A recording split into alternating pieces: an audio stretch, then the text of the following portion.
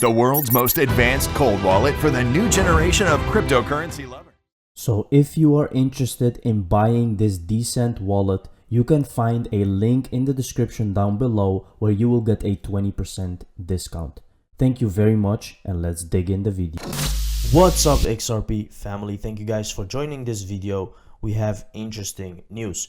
So the Congress committee actually reacted on the SEC, and we probably expected that Ripple and XRP was going to be mentioned. And here we can see Wilbur saying, yesterday I stated that there was no way that this committee hearing would progress without the Ripple and XRP case being mentioned, because it was relevant to questions being asked. Warren Davidson's questions about the Hinman speech and a free pass was the icing on the cake. So this is a very, very interesting video that I'm going to show you guys. Let's take a look. Things are targeted. What's the criteria for targeting? There's no selective prosecution. We have to balance the risk that we're seeing with the resources that we have, and we have a number of investigations. Maybe the big ones take too many resources to go after, so you just say, well they'll get a pass? No, I'm very proud of the work that the 1,300 women and men in my division do. They don't give people a pass. They hold violators accountable. Okay, let me run a hypothetical scenario by you. Say an SEC official gives a speech at a conference, and the official begins, of course, by stating that, quote, their views are their own and not necessarily those of the commission. Anyone who's ever heard an SEC office official speak would know that this is standard, and they would not interpret the speech as legal guidance. However, let's say that the SEC official consulted SEC staff and perhaps even ethics directly to assist them in writing speech or giving guidance. Under this scenario, would the written speech still be considered personal views of the individual and not views of the commission?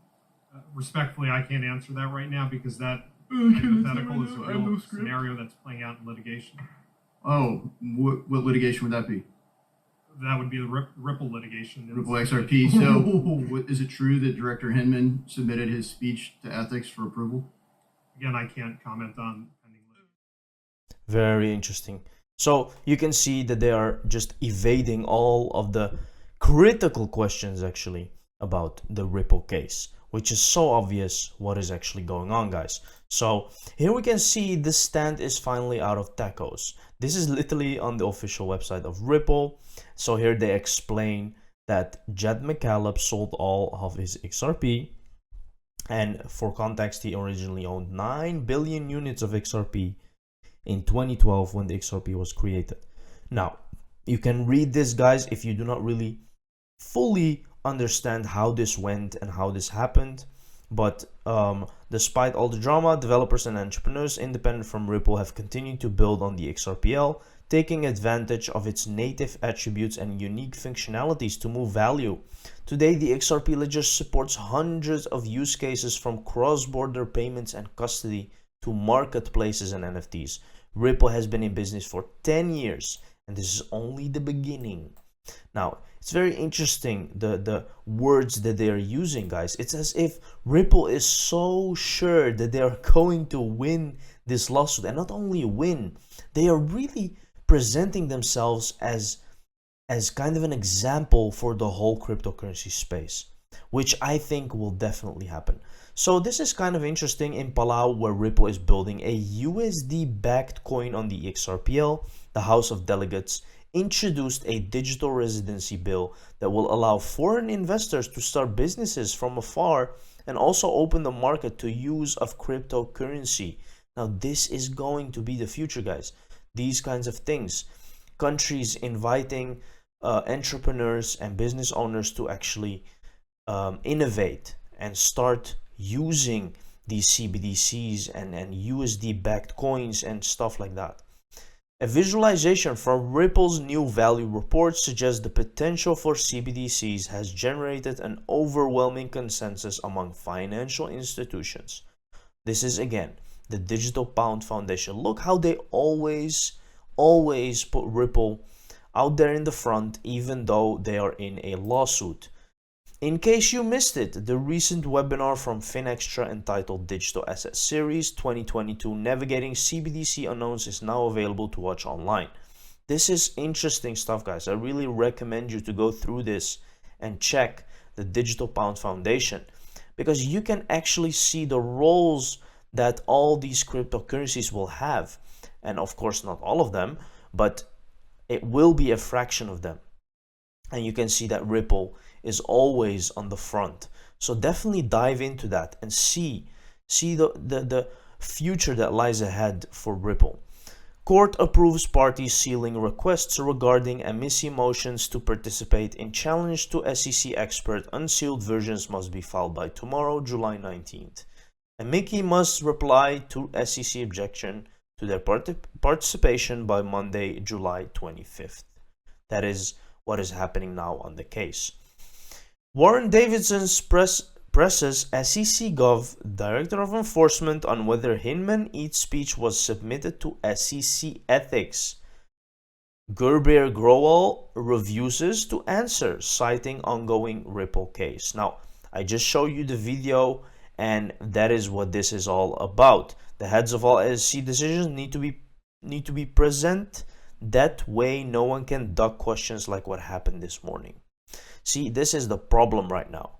I feel like they're very easygoing with running away, and it's all easy for them.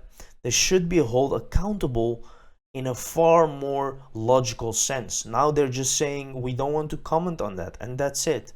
See, but this is getting very, very spicy, guys. Spar over crypto reg in hearing today. Dems want XRP Ripple investigation expanded to include exchanges that traded the coin. GOP wants rollback of enforcement actions. Good news for crypto. GOP will likely in control soon. 1:30. So things are moving quite well for crypto in general, and this may be a reversal. I don't think so, guys. I think Bitcoin is going way lower than we are now, but we still will have to see. This is not financial advice, of course. Attorney Deaton, failure to sue Jet McCaleb for selling 9 billion XRP shows SEC's claims against Ripple are illegitimate, because that's actually the first thing they had to do if XRP is actually a security, because that would mean that he's dumping an investment back on the public, and that is not allowed. So, and they didn't say anything about that, and it's very weird. Hey, Brad Sherman, explain to me how XRP meets each of the 4 prongs of the Howey test, specifically the efforts of others. I bought XRP and didn't know who or what Ripple was at the time, so how does that constitute XRP being a security? Now, and that is actually what a lot of investors did. They invested in XRP without really knowing Ripple, the company. So that already negates the possibility of XRP being a security, right? And Brett Sherman actually said that XRP meets all the criteria in the Howey test. But what was funny is that he called the Howey test actually ancient. So that's how he started. He said that the Howey test is an ancient test, but then still that XRP meets all criteria for being a security. It was very funny. Let me see if I can show you the video, guys. Now, this is actually where he claims that XRP is a security. You can listen to the video, and it's kind of interesting what he brings to point. You've gone after XRP because XRP is a security. But you haven't gone after all the major crypto exchanges that process tens of thousands, if not far more, transactions. If XRP is a security, and you think it is, and I think it is, why are these crypto exchanges not in violation of law? And is it enough that the crypto exchanges have said, well, having committed tens of thousands of violations in the past, we promise not to do any more in the future? Is that enough to get you off the hook for enforcement? So again, I can't talk about what matters we're looking at or not looking at. We have brought exchange cases. We brought one last year against Poloniex. I share your concerns that if The securities are it's easier to go after the small fish than the big fish.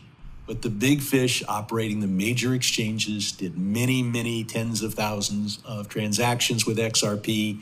You know it's a security. That means they were illegally operating a securities exchange. They know it's illegal because they stopped doing it, even though it was profitable. So if they know it's illegal and you know it's illegal and I know it's illegal, I hope you'd focus on that.